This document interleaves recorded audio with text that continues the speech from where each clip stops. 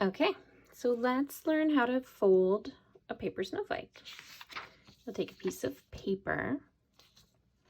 The first fold that you do is the short end to the short end. We call this the hamburger fold. Line it up right on that corner, nice sharp corner, and then flatten it across. Then you'll take it and fold it in half again, just enough to make a little pinch here. So you have this notch right here. Then you're going to, on this top edge, just about an inch from the side, make a little mark with a pencil. And then this is a trick. You line that little mark up with the notch. Use another piece of paper to make a guide, or you can use a ruler. And then fold it up along that piece of paper, like this. So that edge of the paper should point right at that little mark. And it should begin, that fold should begin where you made your notch in the center. Then, when you fold it back over like this,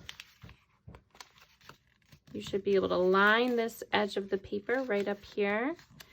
Keep a nice sharp point right there. And when you open it up to peek inside, see this edge should be right along that fold. That's a nice tight fold.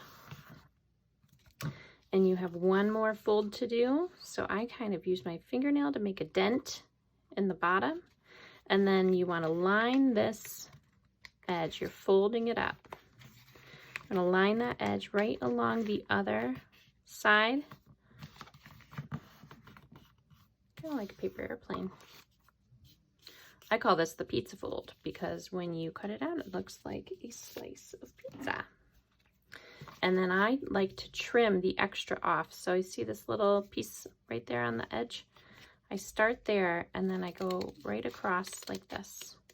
And I give it a little curve so that this side is about as long as this side. And now you are ready to make a paper snowflake. Okay. So let's try to make a paper snowflake with a cat face on it. So I'll use my pencil to draw my design. And when I do my designs, I do them on the side of the paper where it's all folded up like this. And that's just because this side over here can sometimes slide around. So it's a little easier to cut through and hold on to. This side of the paper doesn't shift around as much. And when you cut a snowflake, you're cutting through 12 layers of paper at the same time. So you just have to be really careful to hold on tight and not let the paper slide around too much. All right, to do a cat face. Cats have eyes. So I'm going to put an eye here. I'll do a nose right here against the fold and a mouth. And let's add a couple whiskers and the head, big ear. We'll do the side of the face like this and then down to a body like this. So you can see when I do a design, I'm really just drawing half of a cat. And that's because when you fold it open, the rest of the cat will show up. So we're just practicing and working with symmetry. Anything that is symmetrical, you can cut out on a paper snowflake. And symmetrical means the same on both sides. Whenever I have something like eyes, I always do them first with a hole punch. It's just a little bit easier to do it when you have more paper to hold on to. So we'll start with that. And then we'll do the nose. And the whiskers and mouth, thank you, Missy, are just lines. So in order to cut them out, we need to do a line out and then another little line, right like that, so that the paper actually comes out. And then we'll do our second whisker.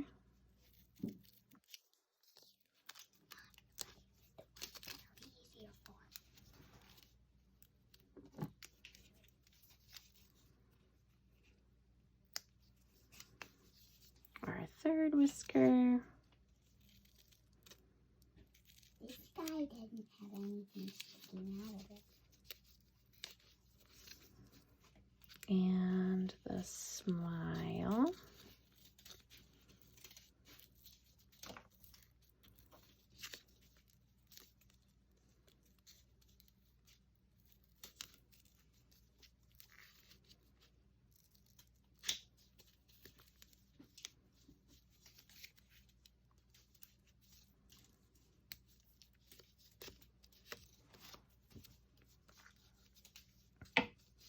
And then all we have to do is go around the edge, cut out the ear,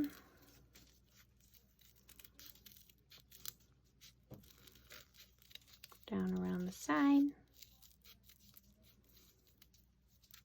and then down like that. And then I think I'll add on one more thing, and that will be a heart. I'm going to put the heart right down here. Ooh.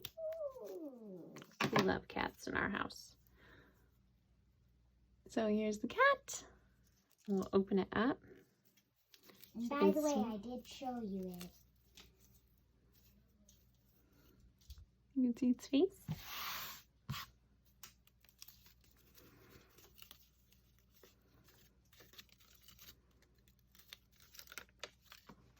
And there's the whole thing.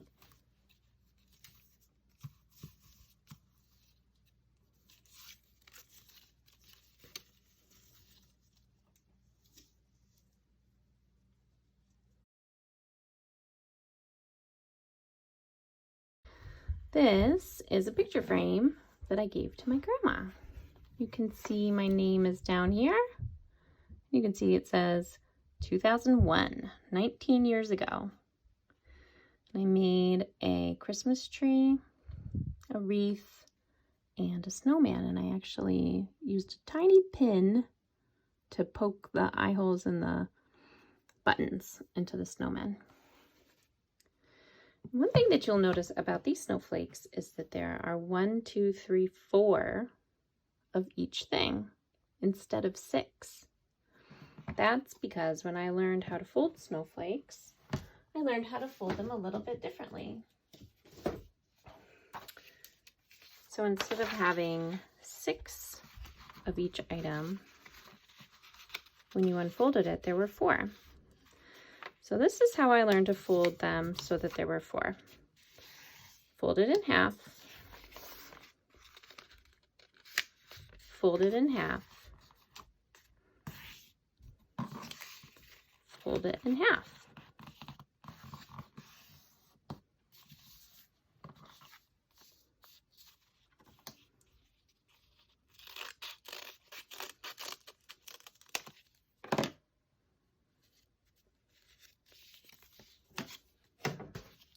So when I cut a cat out of this eye hole,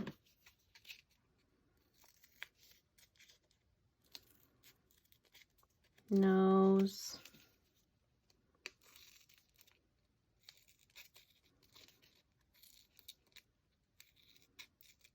whiskers,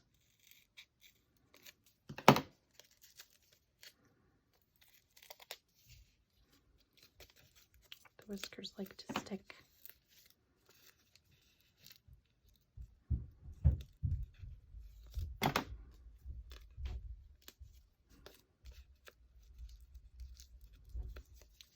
Here we go.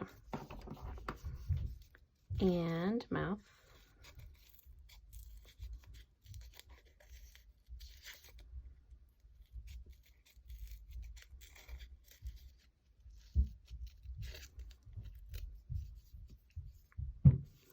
And we'll cut out the cat's head and ear, around the head, down to the body.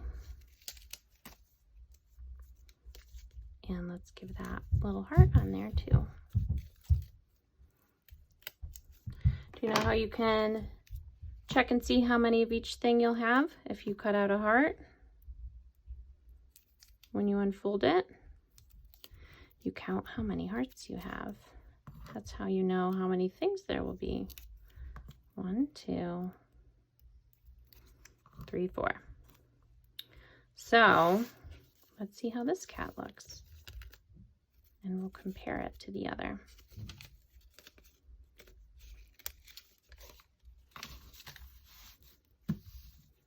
Four cats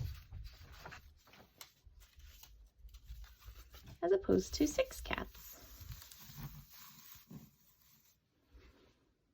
So when I learned to cut out snowflakes, I learned to cut out 4. And that is easier to cut because you're only cutting through 8 layers of paper instead of 12. It's also just a little bit easier to fold things in half than it is to fold it up in thirds like I showed you before. So if you're just getting started and you want to cut out snowflakes that have 4 sides, that is a perfect way to start. That's exactly how I started.